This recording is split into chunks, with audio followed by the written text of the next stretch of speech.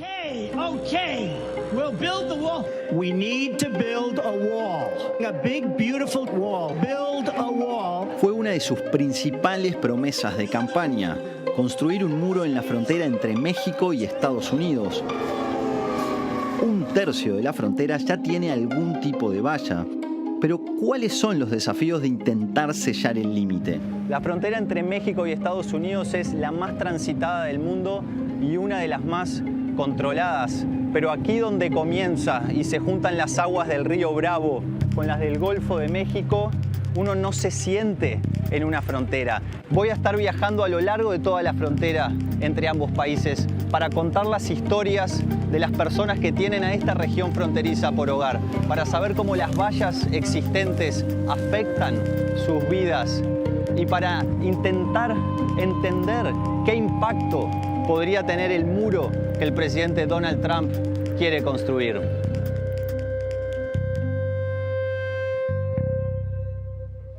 Y ese periodista que veíamos recorriendo los bordes de este muro, o parte del muro que está dividiendo a Estados Unidos de México, es Juan Polié, que hoy nos acompaña acá en piso. ¿Cómo andas, Juan? Sapo, muy bien, ¿vos? Bienvenido. Gracias. La vida a la sombra del muro, eso ya parece casi de nostalgia. Esto que sucedió el año pasado, Donald Trump asume a principios de 2017, ya pasó un año, y a vos te tocó más o menos en esas fechas irte hasta México y hacer ese trayecto que señalaba en el mapa, ¿no? Recorrer lo que va a ser ese muro y ahí recoger historias, ¿no? Sí, la idea de hacer este viaje, que a la postre terminó siendo un documental de una hora, fue que a los pocos días de que Trump asume empieza a imponer esta serie de leyes antimigratorias, firma la orden ejecutiva para la construcción del muro y entonces, digo, la pregunta, me imagino que en la gran mayoría de las redacciones del mundo fue, bueno, tenemos que ir a la frontera a ver realmente qué hay, qué piensa la gente que está viviendo ahí, más allá de lo que piense la gente o los políticos en Washington, a ver qué era lo que decía la gente que estaba viendo el fenómeno de la migración, si creían que un muro en los 3.000 kilómetros de frontera era una solución, si servía para algo o no. Y bueno, con esa consigna ahí salimos con un camarógrafo a hacer un poco el trabajo soñado, porque era agarrar un auto y con el trabajo de recorrer la frontera de costa a costa e ir juntando historias, o sea que más no se puede pedir. Y ahí que fuiste, dijiste, ahí la redacción o en la sala de prensa, yo manejo bien el español, tengo ganas de viajar a México, o fue alguien que dijo, vos, Juan, vas vos. Tuve mucha suerte, yo en ese momento era el corresponsal en Ciudad de México y justo tenía una colega que estaba ahí, pero justo estaba de baja por maternidad, entonces cuando llegó el trabajo y asume Trump, yo básicamente era el único que estaba ahí, no era por nada más. Y entonces al principio fui 2 semanas y después se decidió extenderlo y recorrer toda la frontera. Obviamente que íbamos cruzando varias veces de México a Estados Unidos a México. Y bueno, fue más que nada que me tocó estar ahí en el momento adecuado cuando asume Trump y obviamente que México era un punto importante de lo que iba a ser el gobierno del presidente. ¿Dónde se pueden ver estos materiales hoy? El documental entero está en el canal de YouTube de BBC Mundo. BBC Mundo es el servicio en español de la BBC. Sí, la versión en inglés no sé si está en YouTube, esa no me acuerdo si la pusieron. Pero el documental entero, que es en español, son más o menos 45 minutos, está ahí en nuestro canal de YouTube. Ahí vemos la entrada de un narcotúnel, o sea, porque te encontraste muchas historias, ¿no? Estamos Que son bien historias de frontera, básicamente. Y incluso historias de gente que eventualmente está construyendo el muro o va a tener que construir el muro, que son mexicanos, ¿no? O sea, que pueden ser considerados hasta apátridas, ¿no? Por parte de sus conciudadanos. Sí, en El Paso hablábamos con este mexicano que, bueno, para el documental pidió no ser nombrado. De hecho no podíamos mostrar su cara porque estaba trabajando para una empresa estadounidense. Él vivía en Ciudad Juárez, pero todos los días cruzaba la frontera hacia El Paso y no estaba literalmente construyendo el muro de Trump porque todavía no se empezó a construir, pero sí estaba reparando una parte de la valla que en esa parte es valla metálica que separa a los dos países, y él decía, bueno, a ver, yo tengo que comer y este es un trabajo como cualquier otro, ¿no? O sea, y en definitiva son todos esos matices que uno se encuentra estando ahí en la frontera. También hay una parte que no entró en el documental, pero que eran votantes de Trump, republicanos, que vivían, tenían la casa literalmente por donde pasa el río Bravo, el río Grande. Y decían, para nosotros tenemos claro que no se necesita un muro, que lo van a saltar igual. Lo que sí se necesita es más tecnología, más agentes de la Guardia Fronteriza, de la Patrulla Fronteriza, perdón, pero en realidad un muro no va a servir para nada. Y con el correr de los meses, creo que ya se empiezan a dar cuenta que no va a haber un muro en toda la frontera, que hay algunas partes donde realmente es imposible construir, que tampoco la gente que cruza de forma documentada es mínima, que es mucho más el costo que puede tener, el daño medioambiental en algunas zonas. Y bueno, ahí están los 8 prototipos de la frontera. No sé si han visto las imágenes que están ahí en San Diego. La verdad que es una incógnita qué va a pasar con eso. Pero bueno, él sigue insistiendo. Siendo corresponsal en México, tuviste la oportunidad de estar en la celda donde estuvo el Chapo Guzmán, de la que se fugó el Chapo Guzmán. ¿Cómo fue esa experiencia? Sí, justo estábamos hablando antes de empezar que eso me parecía que había pasado hace siglos y en realidad fue junio, julio de 2015 que se escapa por este túnel de 2 kilómetros de largo, una cosa impresionante.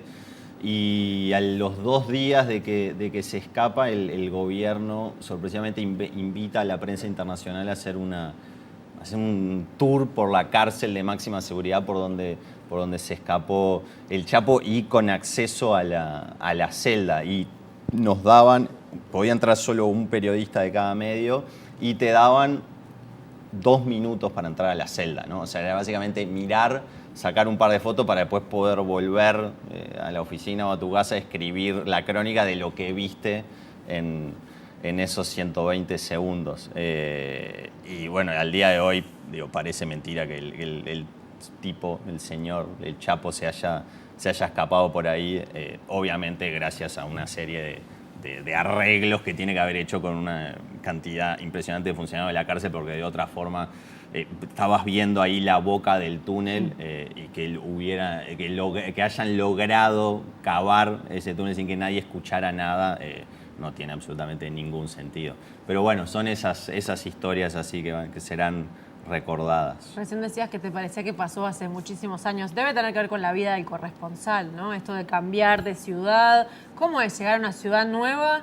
Aprender, para un periodista es como bastante, hoy estábamos hablando con el Sapo, no conoces los contactos, no sabes las fuentes, o sea, el corresponsal anterior te cede esos contactos, o sea, ¿cómo es insertarte en una sociedad y aprender a contarlo desde el periodismo? Sí, a ver, siempre se pasan los contactos y hay mucha camaradería entre los colegas extranjeros, se mueve más o menos como un bloque, siempre vas haciendo amigos y los contactos nunca faltan.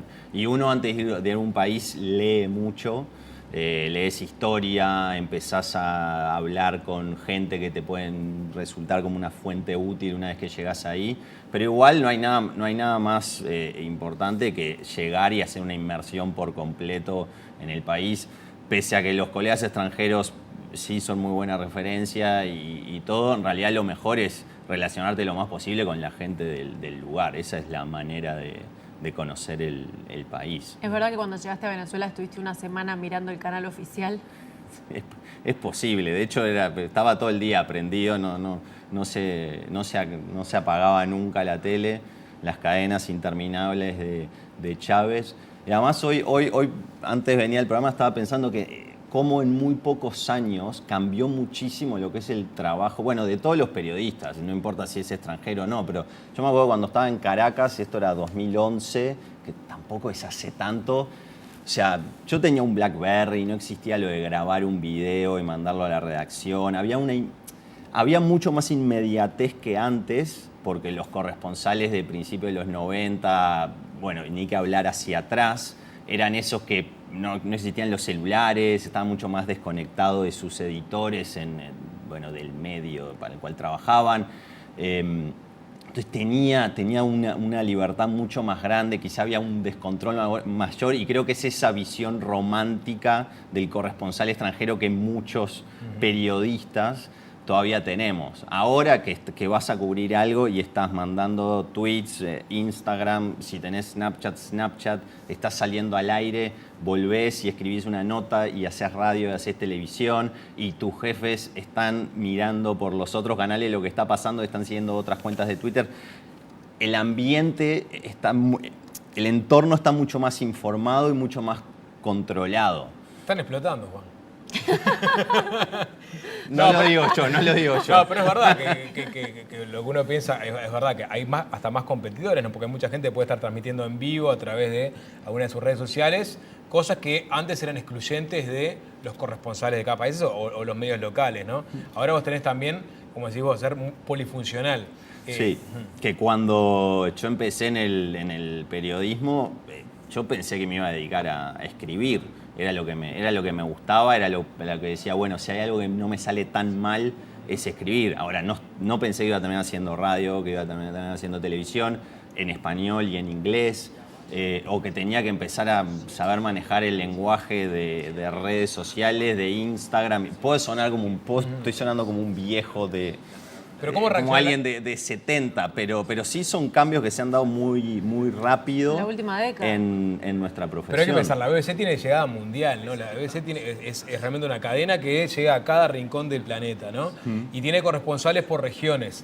Y hoy día, capaz que hay corresponsales que no son necesarios porque llega información a través de otras fuentes. O no, todavía se privilegia y se le pone el lugar que corresponde al corresponsal por su formación, porque sabe un poco la línea que tiene que seguir del medio, la forma de trabajar, o estamos viviendo una crisis también a nivel de las grandes cadenas.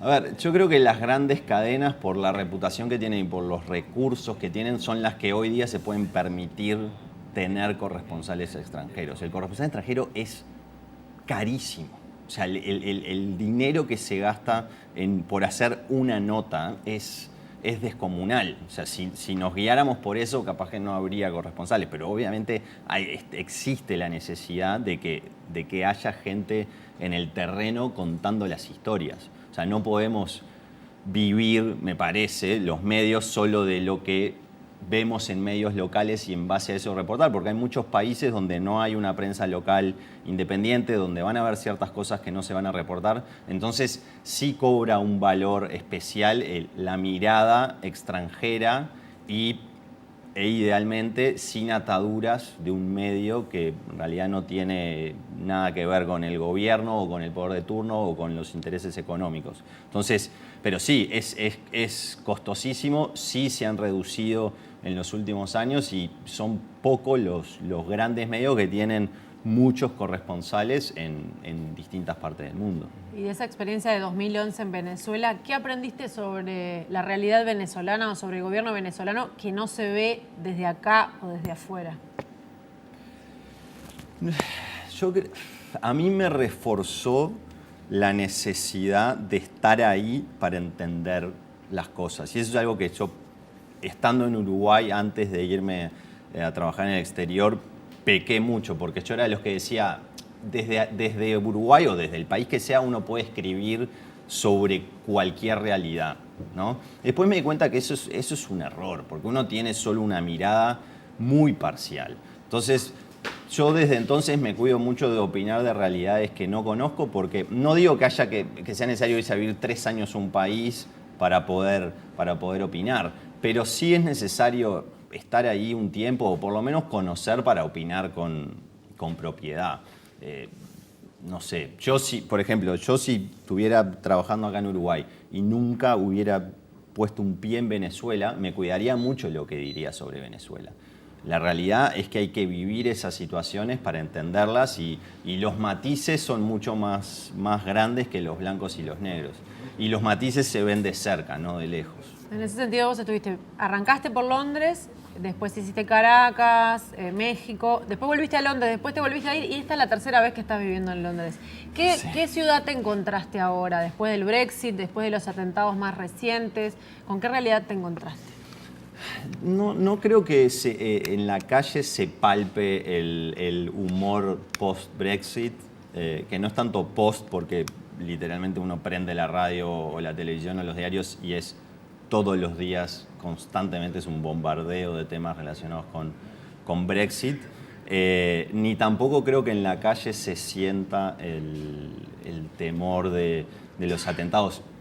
La vida sigue. Y yo lo hablaba con una amiga en Londres el otro día de cómo no tenemos miedo al subirte al metro, cuando en realidad uno sabe que sí, puede pasar que pongan una bomba en un metro, pero si uno está pendiente de eso, o no salís a la calle o te tenés que ir del país. Entonces, la gente sigue con su vida. No me parece, y no surgen las conversaciones de las preocupaciones por Brexit, que evidentemente mucha gente la tiene, ni lo de un nuevo atentado, que también es una posibilidad real, pero no me parece que la gente esté muy angustiada con eso. La BBC tiene corresponsales de guerra, ¿no? O sea, la BBC tiene periodistas en zonas de conflicto bélico. ¿Hay una formación específica para esa gente? ¿Cómo se la elige? ¿Cómo trabajan en zonas donde obviamente tienen que ser totalmente imparciales y también tienen que ser muy cuidadosas? Bueno, en realidad no es solo para los corresponsales de guerra. Todos los periodistas de la BBC que vamos a lo que se conoce como ambientes hostiles, recibimos cada 3 años este curso. Si no tenés este entrenamiento, directamente no te dejan ir. Y eso es un entrenamiento que va desde primeros auxilios hasta reconocer qué tipo de armamento están disparando para saber qué tipo de cobertura tenés que encontrar. O sea, si es un armamento más pesado no te va a servir una puerta de madera. Todo ese tipo de cosas. Qué hacer cuando tenés puestos de control o de militares o de guerrillas o de grupos insurgentes. Bueno, todo ese tipo de cosas. A mí, en mi caso, yo lo tuve que hacer, ya lo hice 3 veces ese curso, porque hay partes de México que se consideran zona hostil por los cárteles, ¿no? Tuviste que mediar con narcos, ¿no? Por ejemplo, en algunas Bueno, zonas. no mediar, pero sí estar en zonas que están que se considera que están controladas no controladas del todo, pero que el narco tiene una presencia muy fuerte y donde, por ejemplo, te recomiendan que no estés más de 4 horas en esa ciudad, que estés solo de día. Entonces, como también te preparan como para hacer un plan muy serio de comunicación, de evacuación, de, bueno, si pasa algo, ¿a qué hospital vas a ir? Vas con trackers, vas con... Sí se toma muy, muy en serio la BBC el tema de la seguridad de los periodistas. Y ahora me tocó hacerlo por última vez en noviembre, y en noviembre coincidí con los 2 camarógrafos de guerra de la BBC, que son los que están yendo a Siria, al norte de Irak, a la frontera con Turquía, etcétera, regularmente. Y bueno, realmente la experiencia que cuentan es mucho más de lo que uno se puede imaginar, y no creo que haya un entrenamiento para que te prepare para ir a cubrir una guerra. Además está decir que solo va la gente que quiere ir. O sea, nunca nadie le va a decir a alguien que tiene que ir a cubrir algo. De hecho, yo estando en México, si había algo que yo consideraba que era un riesgo que no quería tomar, yo podía decir, no me siento cómodo con esto por A, B y C, y no voy, y no pasa nada. ¿Y hay una zona que vos veas como realmente hostil para vos, que quieras ir? ¿O que hayas fantaseado? No, a ver, a mí me hubieran... No sé por qué lo digo en pasado. Me encantaría ir a Medio Oriente. Sí. Bueno, me encantaría ir a todos lados, o sea, la verdad. O sea, tener la experiencia de estar contando historias y hablar con la gente de los lugares y hacerlo de primera mano, porque creo que, hablando de esto de lo de ser corresponsal extranjero, yo lo que siempre valoro es que te permite ir a lugares y hablar con gente que de otra manera no podrías. Y ese es el gran privilegio que tenemos los periodistas y la suerte cuando es un medio como la BBC, que también tiene una muy buena reputación y abre puertas, en que uno llega y dice, hola, soy Juan de la BBC, y uno habla con la gente, y la gente se abre con uno, y eso a mí no me deja de parecer fascinante. Y eso es de lo que más valoro cuando estoy en otro país, es eso, hablar con gente común y corriente y ir a lugares, estar cubriendo historias y me parece, bueno, por lo menos yo es lo que más disfruto, no es tanto hablar con el político tal o el empresario tal, sino es esa gente que es a través de la cual conoces el país, ¿no? Bueno, pueden seguir a Juan Polié en su cuenta de Twitter, Juan Polié, ¿cómo es? Arroba Juan Polié. Pensé que tenía la BBC. Y también recuerden que en el canal de BBC Mundo de YouTube pueden ver La vida a la sombra del muro, que es parte de lo que vimos hoy al arranque de la nota, y ahí lo pueden empezar a seguir. Juan, muchas gracias por haber estado. Gracias a ustedes.